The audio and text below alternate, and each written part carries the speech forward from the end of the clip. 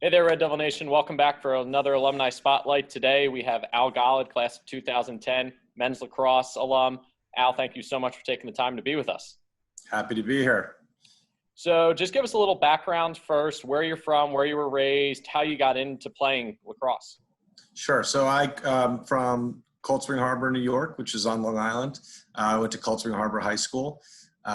Big lacrosse community. Started playing lacrosse in their youth league in second grade, and then played all the way through high school, and then all the way through college, and then some post college and some men's league. So how did you find Dickinson? Did you know about it prior to beginning your collegiate search, and what brought you down to Pennsylvania and to the campus? Sure. So I actually did not know about Dickinson until I received the first letter from Coach Webster. I actually found out that I was the first male from my high school to attend Dickinson. There was a girl a year above me who was a student. She actually lives around the corner from me, which is pretty ironic. But so I didn't know much about the school. Coach Webster sent me a letter. My mom was very adamant in me responding to all letters that I got. So we responded. It was like a questionnaire kind of format. I think that followed up with a phone call from Coach Webster, which was really, really productive. He was saying a lot of things that I wanted to hear at that time. And so we decided to take a visit. The lacrosse recruiting process is done going into your senior year, so in the summertime. So we did all my visits in the summer. So actually when I got to campus, there was no one there. Probably kind of what it looks like today. Coach Webster, or I guess I can now call him Dave. Dave met me and my parents, and he did the whole tour. He was with us all day, took us around, met a bunch of different people. We had lunch together, and just got a really, really good vibe. Went on to view a bunch of different schools that summer, and kind of kept coming back to Dickinson. One of the things that really drew me actually was the campus. I thought it was very aesthetically pleasing. I feel like it looked like a college campus when I was a young kid envisioning going away to college. So I just really liked the history of it. I really liked the buildings, the grass, all that kind of stuff. It just kind of clicked. And then started to get word that there were other guys my year from Long Island who were going to be on the team. And one who has become a really good friend, his name's Chris Breslin. He's from a town over named Garden City. So we connected, and it just kind of flowed into that, and then I made my decision, and Dickinson was the only school I applied to. Oh, that's awesome, and that's really cool. And you hear some of those stories of it becomes the only place you apply to. What do you think about it when you look back? What was it about Coach Webster that really drew you in? Because he's so passionate about this place. What was it that really connected you with him? Yeah, I think him being an alumni was huge. I think it meant a lot to me. It certainly meant a lot to my parents, because we felt like he was going to be there. I was actually getting recruited to another school, a Division I school, and actually midway through my recruitment, the coach left and took another job. So there's always that fear in sports that you're going to lose the coach, and then when you get a new coach, you're not necessarily their guy, and then they want to bring in their guy. So him being an alumni was really big. I think he just really connected with me. He really connected with my parents. I mean, they felt very comfortable that he cared more than just sports. I mean, he was very focused on life after college, very career focused. That came up a lot. And it was a constant theme, I'd say, in my 4 years there. And he was a very different person than my high school lacrosse coach. My high school lacrosse coach was kind of like an old school, like kind of a hard nosed kind of guy. Dave is a lot more compassionate, and it seemed like he gave you a lot of room. So, we just had a really good connection. He stayed in touch with me. I remember that fall I was playing football in high school and had a couple of good games, and he would leave me voicemails after some of those games. So just like, that constant connection, and he cared. It was like once I signed up, it wasn't like we stopped talking. He was just very, very thorough and thoughtful through the whole process.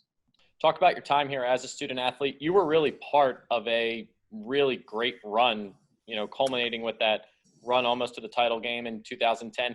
Talk about how you guys built to that point and the mentality that you and your teammates had to get Dickinson lacrosse to really where it is now. Yeah, totally. It was a bit of a lacrosse culture shock when I got there. I actually was on a state my high school team won the New York State title.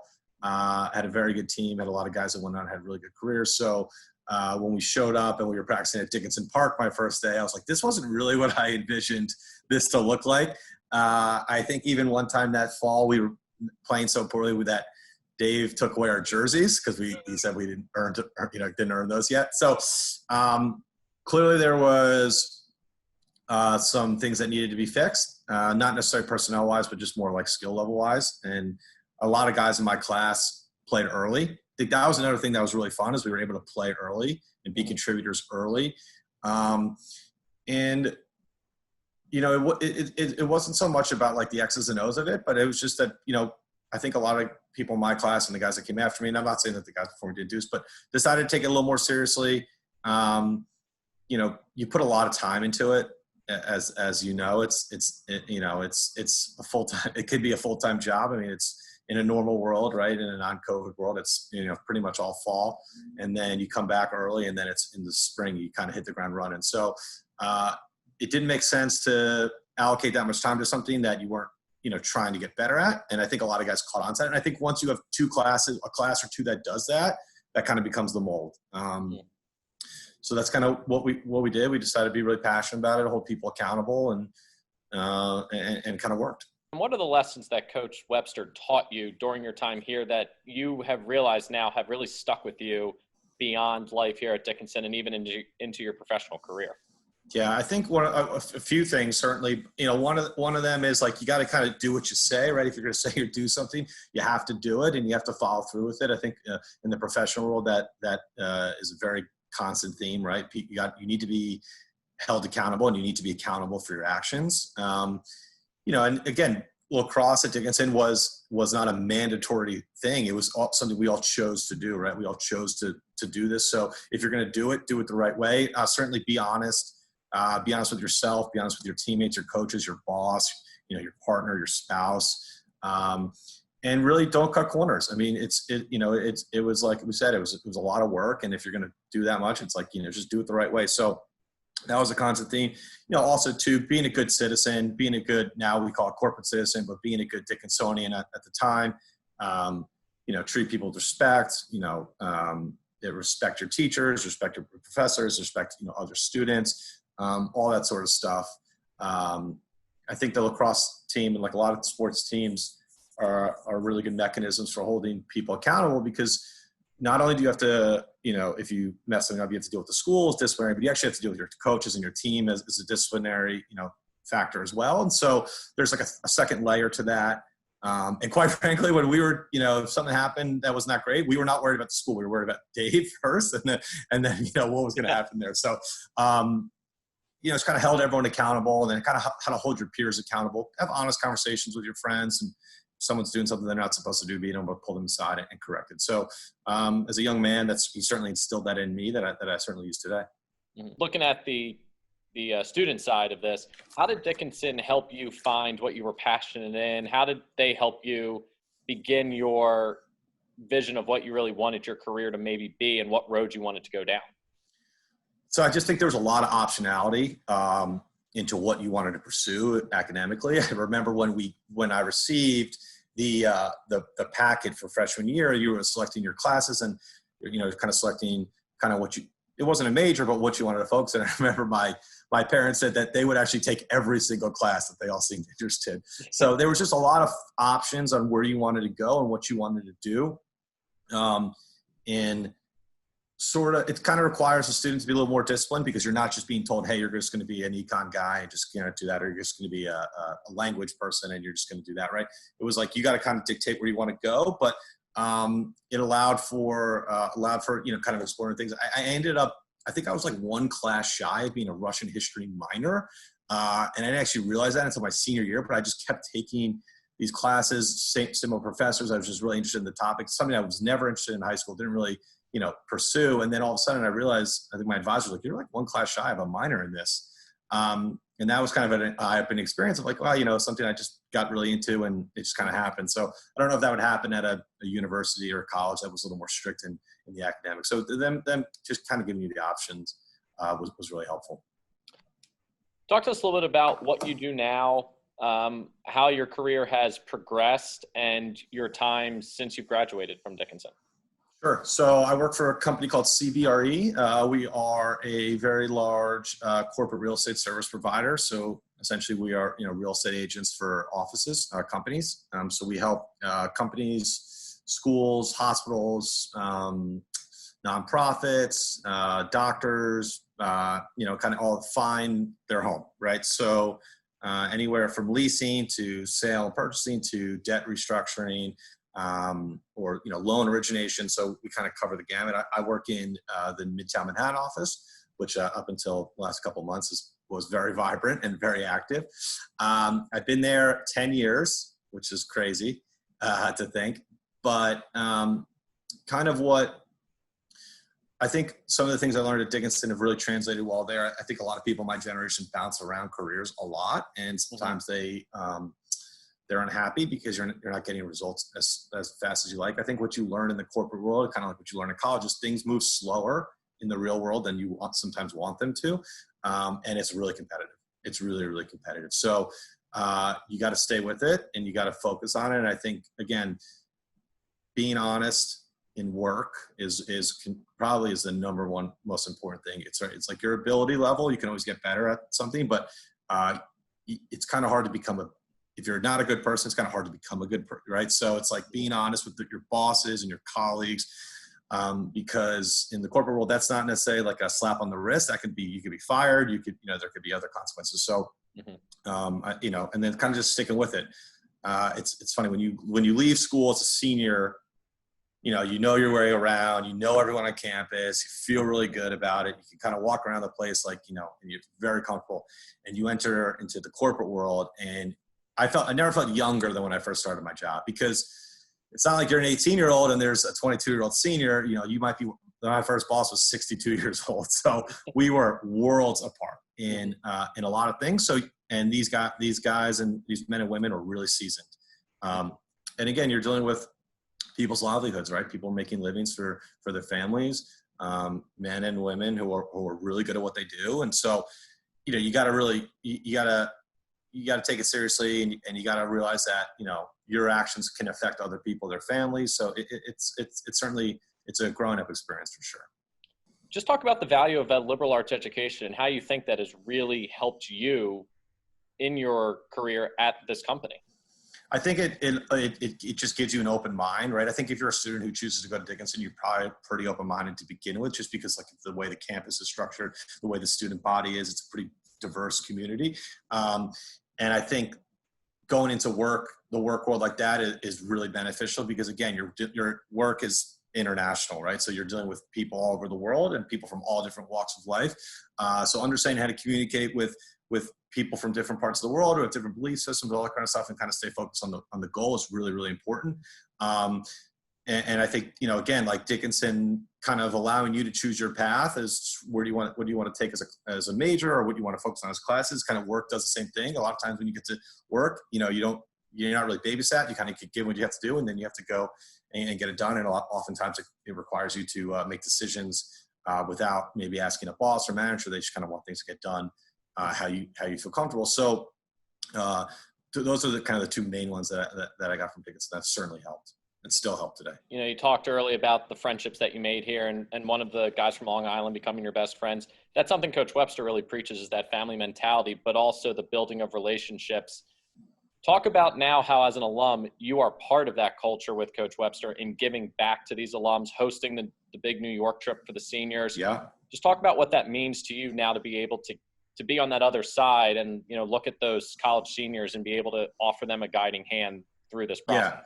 Yeah, no, it's the New York City trip they do every year, I think, is like one of the best things the program does. I mean, I wish they would have had it when I was there, but Coach Webster's done a really good job of keeping the alumni in touch. We've had multiple Zooms during COVID. I think the first one we had like 200 guys on it. It was incredible. And so, you're speaking to people through all ages, and he does a really good job of bringing us together, because listen, while we all go to the same school and we all play lacrosse, you could live in a city with, 20, 30 people who actually you never met, right? Because they were 5 years older than you. And so it's able to connect you, which is really good. I think the trip is really important for those seniors because they get a really good taste of a bunch of things. They come to CBRE, we do some real estate, they go to Google, they do some tech. I know they've done a bunch of finance, they've done some law. So it's a fun day. I mean, they show up and they're kind of like, impressed by the offices and the city. And then we have a big dinner after, and it's good to connect. I know myself has tried, and a bunch of other people have tried actively and been successful in getting internships and helping guys get placed into certain roles. And we do a lot of, I'd say probably in a normal year, I'm speaking to, if there's 12 seniors on the team, I'm probably speaking to 10 of them about how to, craft a resume, how to find someone in your network, how to utilize your network, how to get going on the job search a lot sooner so that, you're not graduating in May and then say, what am I going to do? But actually starting this probably in September of your senior year, internships, all that sort of stuff, talking to them. Like, we get a lot of calls from people that want to be in real estate, trying to understand why they even want to be in real estate. Maybe they don't. Maybe they just saw something from a movie or a TV show, and then they realize that maybe this isn't for me. So I think it's really important to help younger people realize what they don't want to do first, and don't pursue that, and go try to do something you do want to do. So just giving them information, giving them tools. I speak to them often. I mean, text, email. So it's been good. Yeah, no, it's great. I know it's something, that my brother always has found very special about it. Now I got a cousin coming in to play lacrosse, and he's looking forward to it. And it's just this great thing that Coach Webster and you guys have been able to do for them. And it really speaks to the family value that, I know you went through and that Coach Webster has gone through. Totally. When you look back, why are you proud to be at Dickinson, and what made you really proud to wear the red and put on that uniform every day? So the first question, why I'm proud to be Dickinsonian, I think Dickinson stands for everything.